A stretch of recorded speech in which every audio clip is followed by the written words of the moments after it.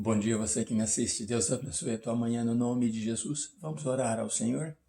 Meu Deus, no nome de Jesus, aqui estamos diante da tua palavra. Mais uma manhã na presença do Senhor.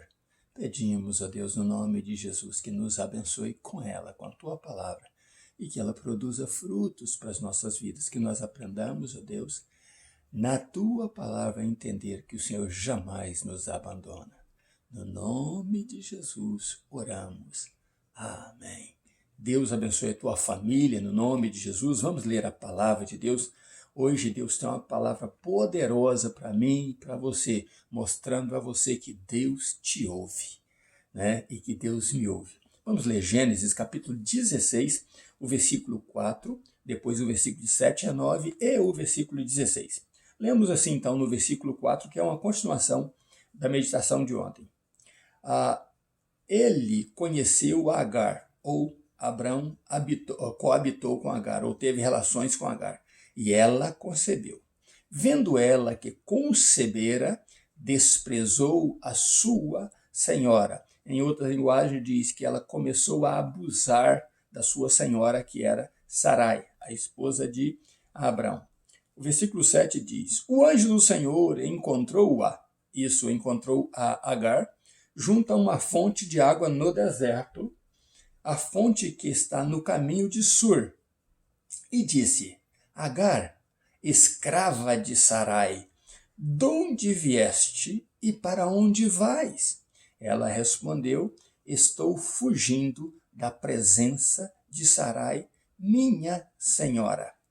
Então lhe disse o anjo do Senhor: volta para tua senhora e humilha-te debaixo de suas mãos. Verso 16 diz assim: tinha Abrão 86 anos quando Agar lhe deu Ismael, ou quando Ismael nasceu. Ele tinha 86 anos. Bom, parece que neste capítulo 16 há uma repetição de Gênesis capítulo 3. Por que é uma repetição? Você lembra que Eva, sai por ali, talvez dando uma passeada, e começa a olhar para o fruto do conhecimento do bem e do mal, da árvore proibida que era agradável, e a serpente lhe falou. Então ela come, pega o fruto e leva para Adão. Adão, como eu disse em estudos passados, lá no capítulo 3, Adão podia ter dito: não, eu não vou comer deste fruto. E Deus, então, continuaria os seus planos com Adão, o homem santo que ele fez. Mas Adão preferiu comer, foi decisão dele comer do fruto. Agora vemos no capítulo 16, Sara também dando ouvido à carne, querendo ajudar, dar uma ajudinha a Deus, como eu disse ontem. Ela então vai e pega a sua escrava, leva a sua escrava para a recâmara de Abraão, e então ali ela deixa a sua escrava virar mulher de Abraão. E então a escrava, que agora, depois de coabitar com Abraão, concebe, começa então não mais a proceder como escrava. Ela começa então a zombar daquela mulher que era estéril.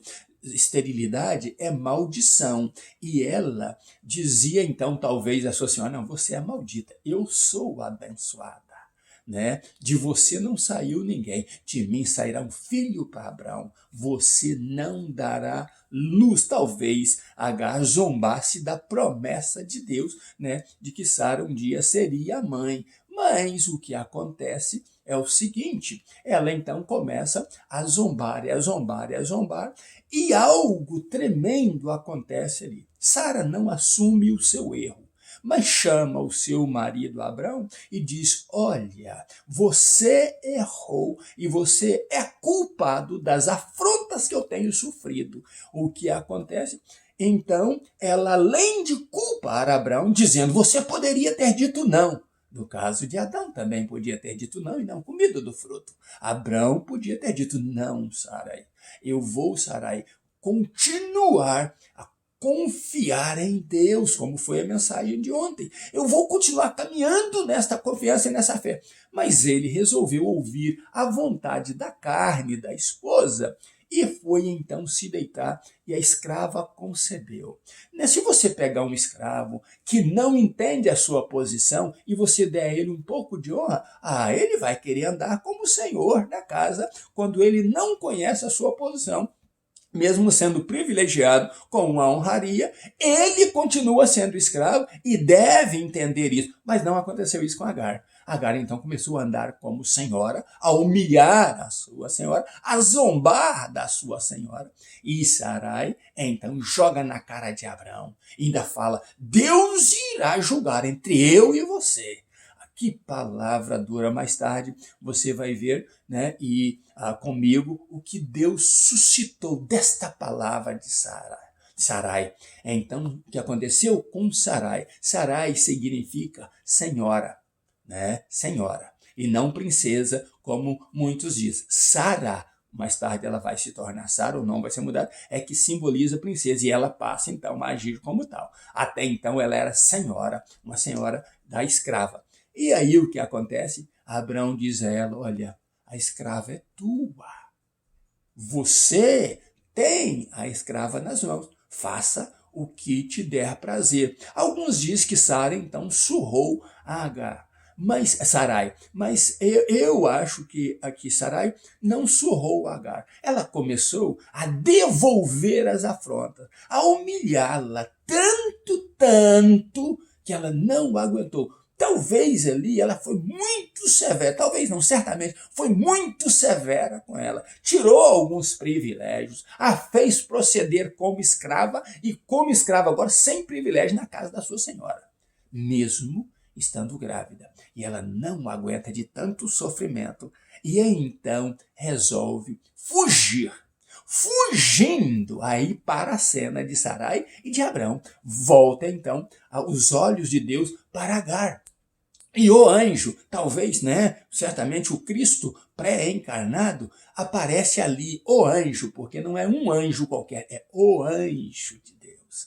E aí, o que acontece? Conversa com ela, fala com ela e pergunta: Agar, mas ele diz a posição dela: escrava de Sarai, de onde vens e para onde vais? Por que está agindo assim, Agar? Porque você pensa que vai para onde com este filho no ventre? E ela diz: estou fugindo. Então ela fala a palavra certa, de Sarai, a minha senhora. Agora ela reconhece que Sarai é a senhora dela. Ela não fala das zombarias que ela cometeu, mas ela fala: Sarai, a minha senhora, eu estou fugindo da presença dela. E o anjo então diz para ela: levanta, volta e se humilha. Agar, volta e se humilha debaixo das mãos da tua senhora. Volta a proceder como escrava.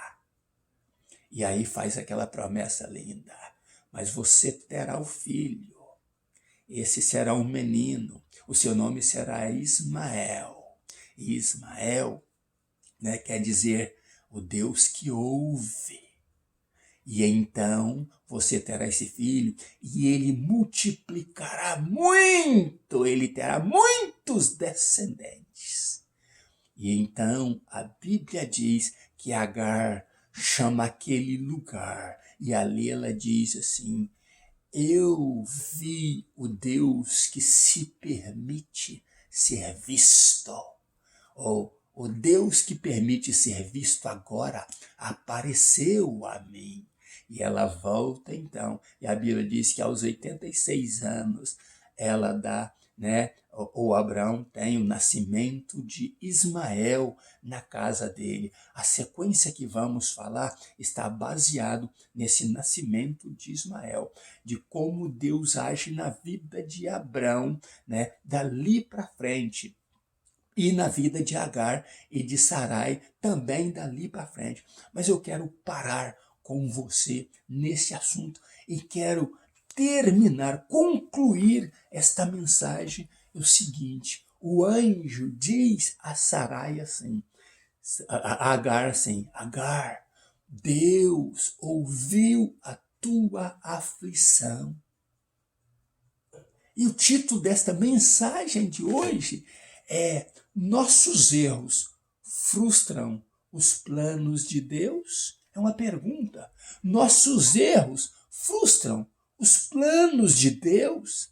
Será que, tendo Sarai errado, depois de errar, dá posição a quem não podia ter posição, esta posição que ela estava dando, fazia uma escrava virar mulher do seu marido para carnalmente gerar uma criança, sendo que essa criança não estava nos planos de Deus para ser herdeiro da promessa, né, da terra prometida, promessa para Abraão?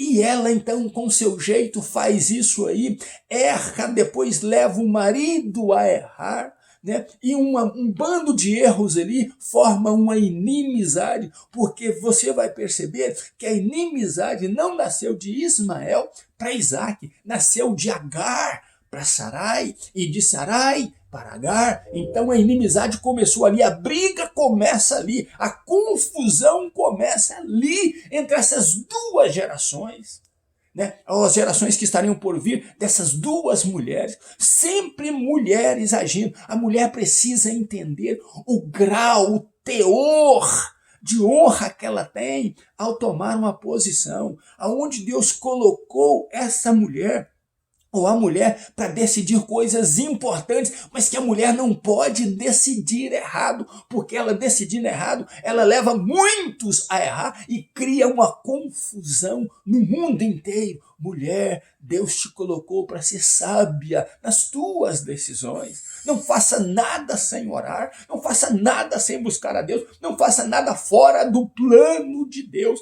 porque Deus quer abençoar você, mas quer que você também seja bênção, que o fruto do teu ventre seja bênção, que tudo que você coloque as mãos seja bênção.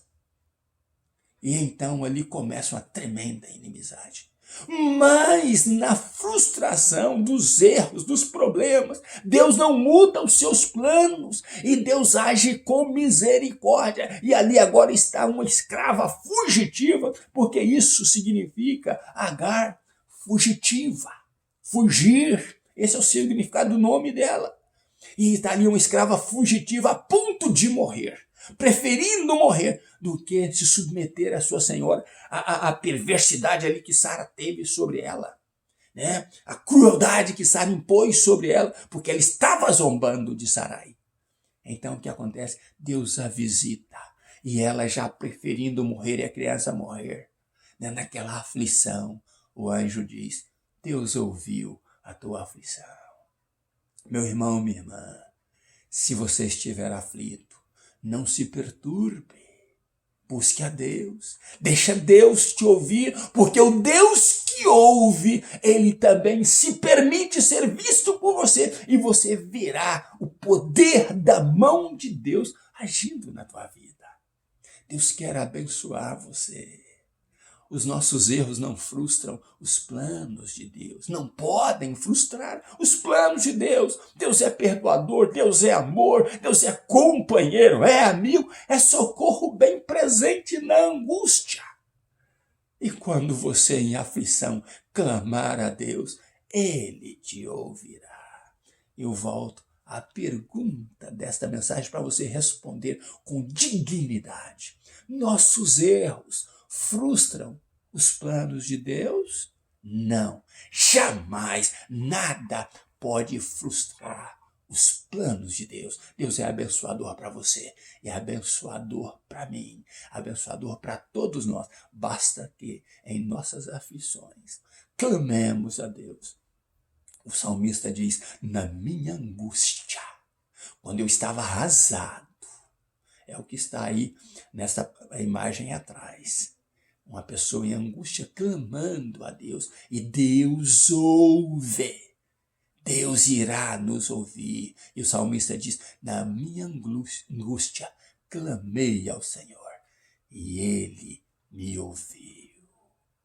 Deus vai tirar você de um charco de lodo e te vai voltar ao palácio, a viver bem, a viver uma vida boa diante deles, porque Deus cuida de você e cuida de mim, e nada pode frustrar os planos de Deus. Esta guerra toda que estamos vivendo de Israel, né, foi profetizado ali que Ismael seria inimigo de Isaac e que Ismael seria um caçador tão duro, de dura serviço, que ele teria problema com os próprios irmãos, né, com os próprios geração dele ali.